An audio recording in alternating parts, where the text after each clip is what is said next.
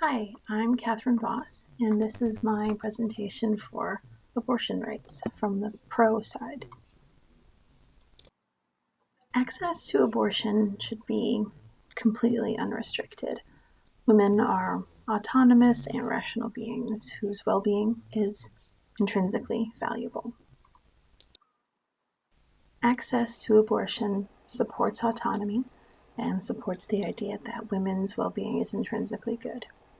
Lack of access to abortion violates autonomy and treats women as mere means instead of as an end. Women are not vessels or incubators or an undifferentiated natural resource. Women are human beings whose human rights matter. Moving on to a brief history overview of abortion. Beginning in the early 1800s, abortions that were performed before what they called the quickening were viewed as acceptable. The quickening was when the pregnant woman could feel the fetus moving inside of her. Abortions that were performed after the quickening were punished.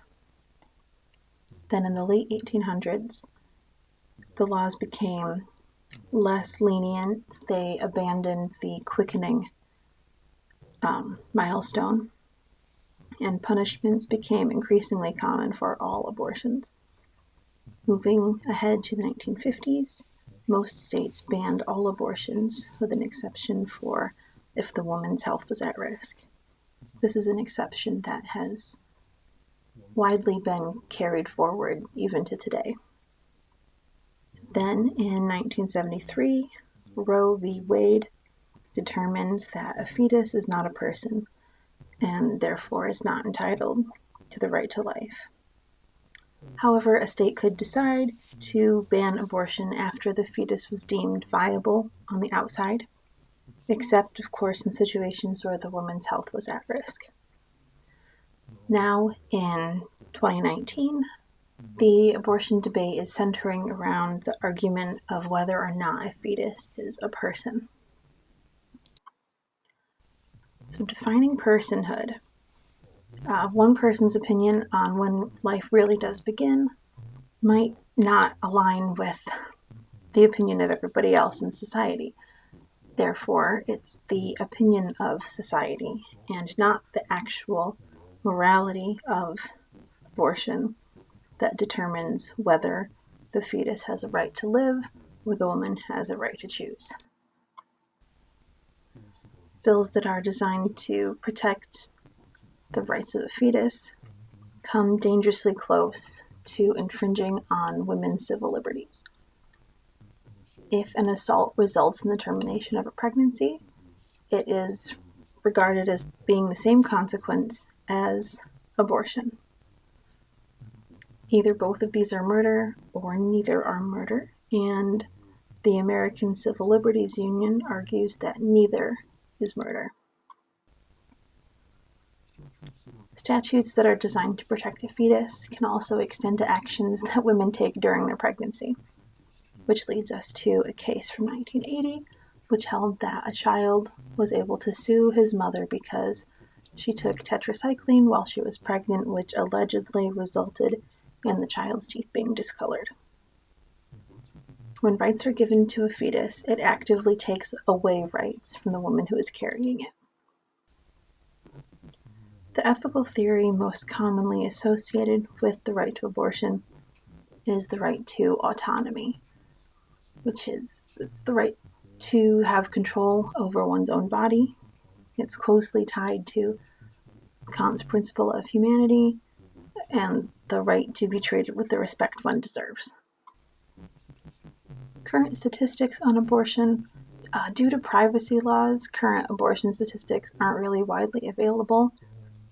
I found some statistics on websites, but I was unable to find current statistics in peer-reviewed journals, which leads me to believe that the figures on the websites may have been estimates due to these privacy laws.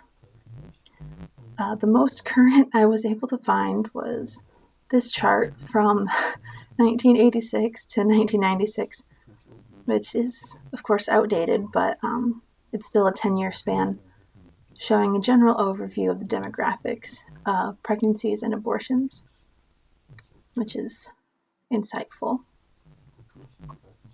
And addressing the opposition. So, one of the main arguments that anti-abortion advocates have is that abortion kills babies. There hasn't been any conclusive evidence determining when life really does begin. Even if abortion did, then it would be immoral to take away the woman's rights to bodily autonomy still. Just as forcing someone to donate blood for another person's transfusion would be a violation of bodily autonomy. And then just have it and then put it up for adoption. The foster system is already overcrowded, so there would be no guarantee that this child will be loved or even taken care of. Also, this would still mean that the woman would have to endure 9 months of a sometimes miserable and life-altering experience, not to mention the psychological trauma of carrying an unwanted pregnancy. Then, if the woman was assaulted and then that resulted in a pregnancy, or if her health is at risk, then abortion is permissible, which most reasonable people will agree with. However, if abortion really is the killing of babies, then any abortion would be deemed as just as deplorable as any other abortion. And a quote from Justice Kennedy with allowing partial birth abortions to continue would send society down a path towards killing newborn infants or harvesting fetuses for spare body parts, which is a slippery slope fallacy. I believe this is not a valid argument. In summary, I believe that there should be unrestricted access to abortions because women have a right to autonomy and to decide what happens with their own bodies.